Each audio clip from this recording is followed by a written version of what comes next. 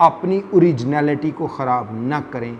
अगर आप अपनी ओरिजिनलिटी को ख़राब करेंगे तो यकीनन आपका जो नेचुरल रिस्पॉन्स है वो डैमेज हो जाएगा। और ओरिजिनलिटी हमेशा तब ख़राब होती है जब आपको अपनी सेल्फ़ अवेयरनेस नहीं होती, अपने बारे में नहीं पता होता, बल्कि आप दूसरों की राय को अपने पे मेंटेन करते हैं और ऐसे ऐसे कॉम्प्लेक्सेस, खदशात और अंदेशे पाल लेते हैं जो आपके लिए नुकसानदेह हैं। स्पॉन्टेनियस आपका बिहेवियर नहीं रहता। ये भी उसी वजह से है, जब आपकी ओरिजिनलिटी ख़त्म होती है तो आप स्पॉन्टेनियस नहीं होते। इसी तरह इससे आपकी डिटर्मिनेशन जो है वीक होती है। आपको अपनी डिटर्मिनेशन को मेंटेन रखना होता है, अपने आप को समझाना होता है, अपने आप को संभालना होता है, अपने आप पे काबू पाना होता है। ये तब मुमकिन होगा जब आप अपनी कन्फ्यूजन्स को क्लियर करेंगे, क्लैरिटी लाएंगे। और जितना ज़्यादा आप दूसरों की बातों को देखेंगे, उनके कपड़े पहनने की कोशिश करेंगे, उतने ज़्यादा आप कंफ्यूज होंगे और क्लैरिटी से दूर चले जाएंगे। प्रिजर्वेंस है, उसके अलावा सेल्फ़ कॉन्फिडेंस और जनरल नॉलेज आपका इम्प्रूव्ड होना चाहिए, क्योंकि जनरल नॉलेज और सेल्फ़ अवेयरनेस यकीनी तौर पे आपके लिए मुसल्लह अफवाज में बतौर मिलिट्री, पोटेंशियल मिलिट्री लीडर्स बनने के लिए बहुत ज़रूरी है। क्योंकि जितना ज़्यादा आपको अपनी सराउंडिंग का जनरल अवेयरनेस होगी, उतना ज़्यादा आपका जो स्पीड ऑफ डिसीजन है और एक्यूरेसी ऑफ डिसीजन है वो इम्प्रूव्ड होगा और आपको एक बैलेंस पर्सनालिटी के तौर पर अपनी असाइनमेंट को पूरा करना होगा। What they decided which when recommended you while, यानी कि जब नेक्स्ट क्वेश्चन ये जो हमें कहा गया उसका ये है कि what they decide which while recommended you, कि वो कौन से एरिया हैं जब वो उस क्वेश्चन के ऊपर काम करते हैं तो वो पेनिट्रेट करते हैं in depth of your personality, mayor of your personality, establish your outline of ये जो है प्योर पर्सनैलिटी। 3 जो मेन एरियाज़ हैं जब वो आपको वाइल रिकमेंड करते हैं, तो ओरिजिनलिटी पर जो पेनिट्रेट करते हैं इन डेप्थ योर पर्सनैलिटी, और उसके बाद वो आपकी पर्सनैलिटी की मेयर करते हैं, पैमाइश करते हैं कि how much that gentleman is balanced. जितने आप बैलेंस्ड होंगे, जितने आप मॉडरेट होंगे, एक्सट्रीमिज़म्स को छोड़ देंगे, दोनों पोल्स से हट के आप सेंटर को मेंटेन करेंगे, उतना ही आपके लिए जो सिलेक्शन प्रोसीजर है वो आसान और लुत्फ़अंदोज़ होगा।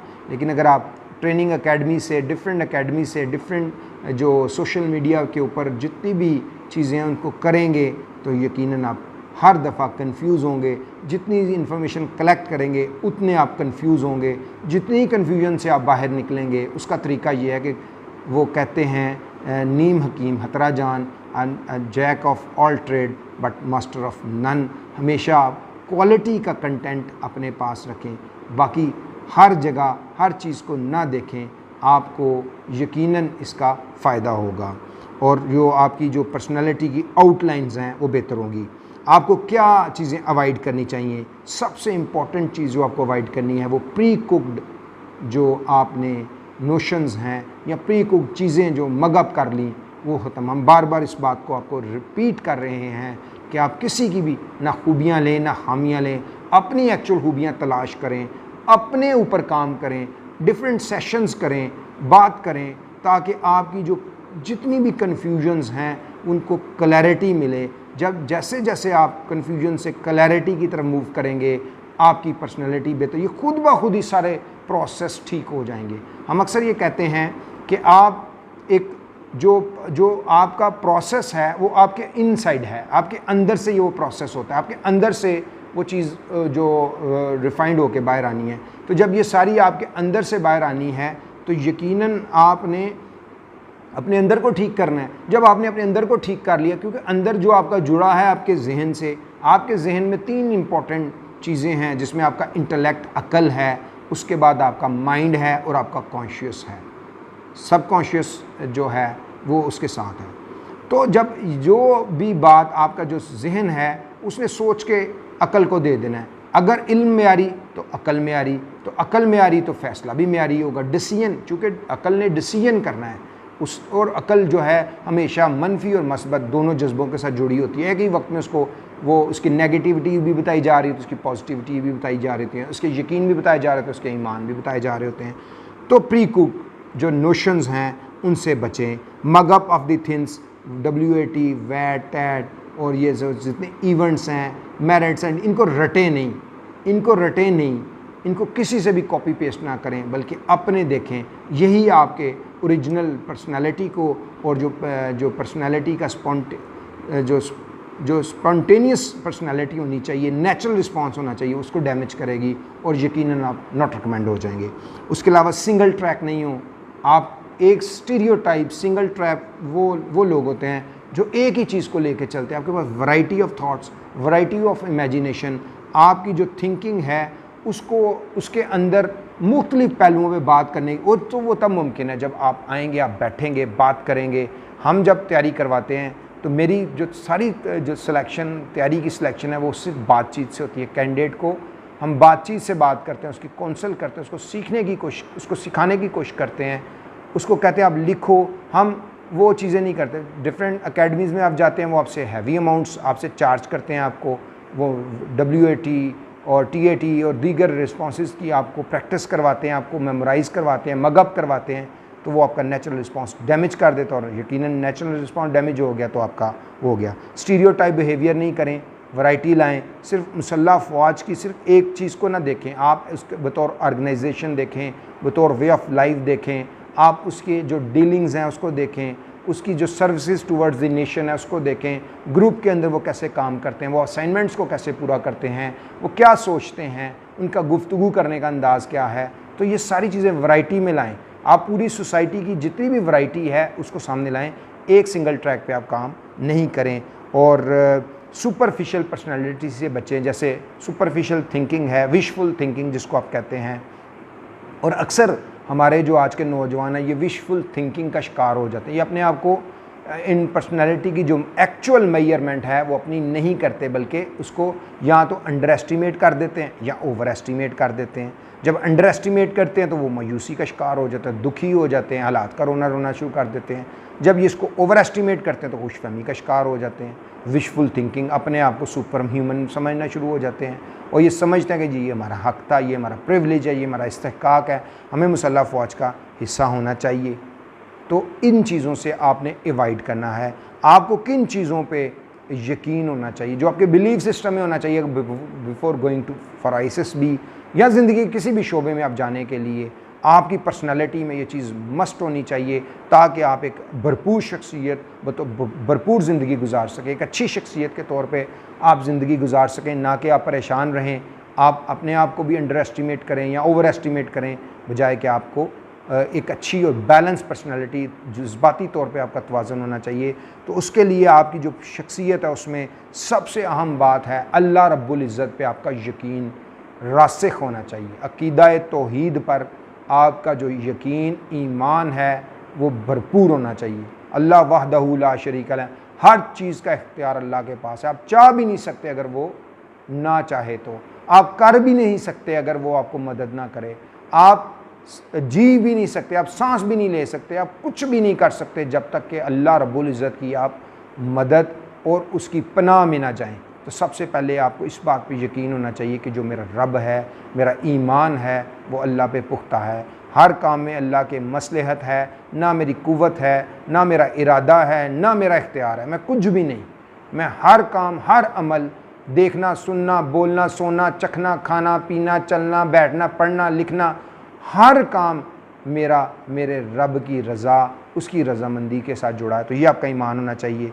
उसके बाद जब आपको ये ईमान हो तो फिर आपको अपने पे भी ये ईमान होना चाहिए कि अल्लाह ने आपको अहसन तकवीम पैदा किया है। अगर कोई माहौल की वजह से, तरबियत की वजह से, या कोई ऐसी चीज़ें जो इन पढ़ ली, जो सुन ली, देख ली, जिसकी वजह से फ़्लो ऑफ इंफॉर्मेशन की वजह से दिमाग के अंदर ऐसे ख़यालात या जो ख़यालात जो उनका शटर हो जाना, उनका फैल जाना, बेढंगा हो जाना, बेतुके ख़यालात आने और बड़ी तेज़ी से आने, और एक थाट के बाद दूसरा, दूसरे के बाद तीसरा, तीसरे के बाद चौथा, और अंदेशा है दूर दराज, वहम, वसवसे, खदशात पैदा हो जाना, तशवीश पैदा हो जाना, बेचैनी का इज़तरारी कैफियत पैदा हो जाना।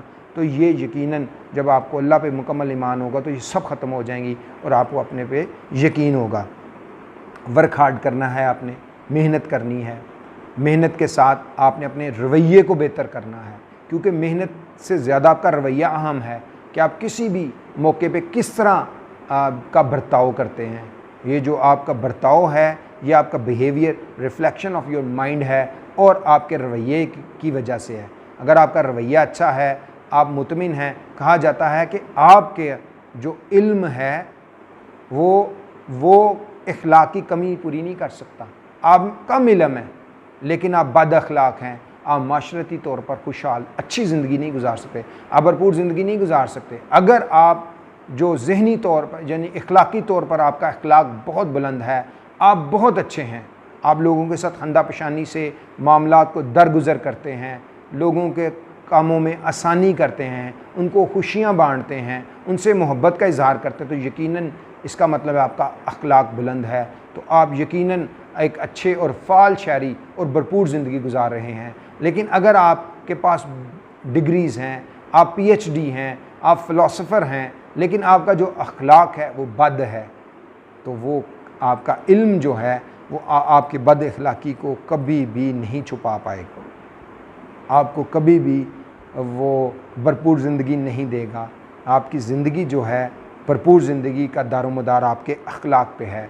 जितना आपका अखलाक बुलंद होगा उतनी आप भरपूर ज़िंदगी गुजारेंगे, और जितनी आप भरपूर ज़िंदगी गुजारेंगे उतने ही आप बेहतर रिजाल कार हैं, वरना तो रिजाल नहीं हैं आप एक जानवर हैं, और वो भी कुरान के मुताबिक बदतरीन जानवर, इनको शरत दवाब करार दे दिया, इसलिए क्योंकि हमारे पास अक्ल है, शऊर है, इल्म है, और हम उसका इस्तेमाल अगर अपने रवैये में नहीं करते तो यकीनन हम तरबियत याफ्ता नहीं।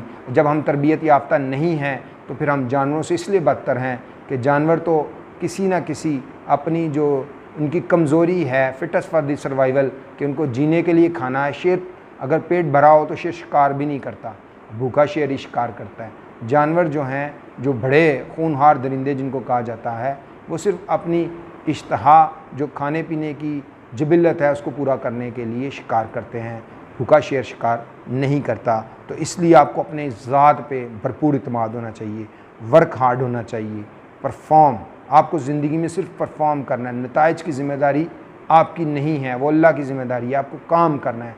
वलैसा लिल इंसान इल्ला मा सा, हमने कम्फर्ट जोन में भी ये बात कही थी, उस वीडियो में भी ये बात कही थी कि जितने जो इंसान के लिए वो कुछ जिसकी उसने कोशिश की, सूरह नजम में अल्लाह ने ये फरमा दिया। तो ये बिल्कुल कैटेगोरिकल क्लियर रोज़े रोशन की तरह वाज़िया असूल मुतय्यन कर दिया। जो करेंगे, जो सही करेंगे, कोशिश करेंगे, आपको अता कर दी जाएगी। आपकी मंशा हयात आपको अता कर दी जाएगी। अगर आपकी मंशा हयात अल्लाह की रज़ा है, अल्लाह की खुशनुदी है, तो आपको वही सब कुछ मिलेगा। लेकिन अगर आपकी अपनी ज़ाती है, मटीरियल है, आपको सिर्फ अपनी दौलत को इकट्ठा करना है, तो आपको वो दे दी जाएगी। हर शख्स को उसकी मंशा हयात उसको लुटा दी जाएगी। तो इसलिए आपको परफॉर्म करना है। बी वट यू आर, इस पे बिल्कुल कोई कॉम्प्रोमाइज़ नहीं करें। जो आप हैं आप प्रेजेंट करें, नहीं डरें। आप ज़रा सा भी कन्फ्यूजन का शिकार हुए, आप नॉट रिकमेंड हो जाएंगे। मोस्ट ऑफ द कैंडिडेट, मैं अक्सर कहता हूँ, मोस्ट ऑफ द कैंडिडेट सिर्फ इस वजह से रह जाते हैं, या वो एफिशिएंट हो जाते हैं, या वो ये छोटी सी बात में मुझे अक्सर जो कैंडिडेट्स हैं मुझे व्हाट्सएप भी करते हैं, मुझे पूछते भी हैं, लाइव भी जो मेरे पास कहते हैं, सर मैं कहता हूँ भाई दो चीज़ें हैं, या तो आप कन्फ्यूज़ हैं या आप एफिशिएंट हैं। जहाँ पे आप कन्फ्यूजन का शिकार होगे नॉट रिकमेंड, जहाँ पे आप कन्फ्यूज़ होगे वो तब नॉट, जहाँ पे आप एफिशिएंट होगे आप गए। आपको इफेक्टिव होना है, आपको क्लैरिटी चाहिए, आपको क्लियर होना है, आपको इफेक्टिव होना है, आप रिकमेंडेड हैं। तो ये कम मुमकिन है। ये what you are, be what you are, काम करें अपने पे, अपने आप को सोचें, अपने आप पे काम करें, अपनी एंजाइटीज़ डिप्रेशन को दूर करने के लिए अपने आप को लिखें, तन्हाई में बैठें, अल्लाह का जिक्र करें, नमाज खुशू हुजू से पढ़ें, आपको अपनी पर्सनालिटी के बारे में पता चल। अपने रवैये को देखें, खुशी की हालत में आप कैसे बिहेव करते हैं, दुख की हालत में क्या करते हैं, गुस्से की हालत में क्या करते हैं, छुप के क्या करते हैं, पब्लिक के सामने आप कैसे हैं, घर वालों के साथ आप कैसे हैं। अल्लाह के नबी ने फरमाया कि तुम में से जो शख्स अपने घर वालों से बेहतर है वो बेहतरीन है। असल पर्सनैलिटी आपकी आपके घर वालों की है। जब आप अपने घर में आपका क्या रवैया है, घर में आप मुतहरिक हैं, अपने काम खुद करते हैं, दूसरों के काम बटाते हैं, कि आप घर में परेशानियाँ क्रिएट करते हैं, मोहब्बत करते हैं घर वालों से, घर के साथ मेहनत करते हैं, आप ज़हनी तौर पे मजबूत हैं। आप घर में दुखी हैं, दूसरों को दुखी किए जा रहे हैं अपने अमल से, अपने बोल से, अपनी सोच से, अपने रवैये से, अपने बर्ताव से, तो यकीनन आप ज़हनी तौर पर बीमार हैं। तो what you are, be what you are, that is very important. Show yourself, अपने आप को शो करें। Be what you are, show yourself. If candidate tries more than that what actually he is, अगर आप वो show करते हैं जो अपने से ज़्यादा एफिशिएंट हैं, दैट इज़ एफिशिएंसी है, तो it is always a poor impression. ये एक बुरा इम्प्रेशन है जो सेलेक्टर्स के ऊपर पड़ता है, क्योंकि आप एफिशिएंसी हमेशा सेलेक्टर्स के ऊपर एक पुअर इम्प्रेशन है। और आप एफिशिएंट होंगे जब आपने चीज़ें मगअप की होंगी, आपने ट्रेनिंग अकेडमीज़ में जाके फट्टों को GTO टास्क किए होंगे, कमांड टास्क किए होंगे, आपने अपने पे काम नहीं किया, आपने टास्क पे काम किया, आपने वर्ड एसोसिएशन टेस्ट पे काम किया,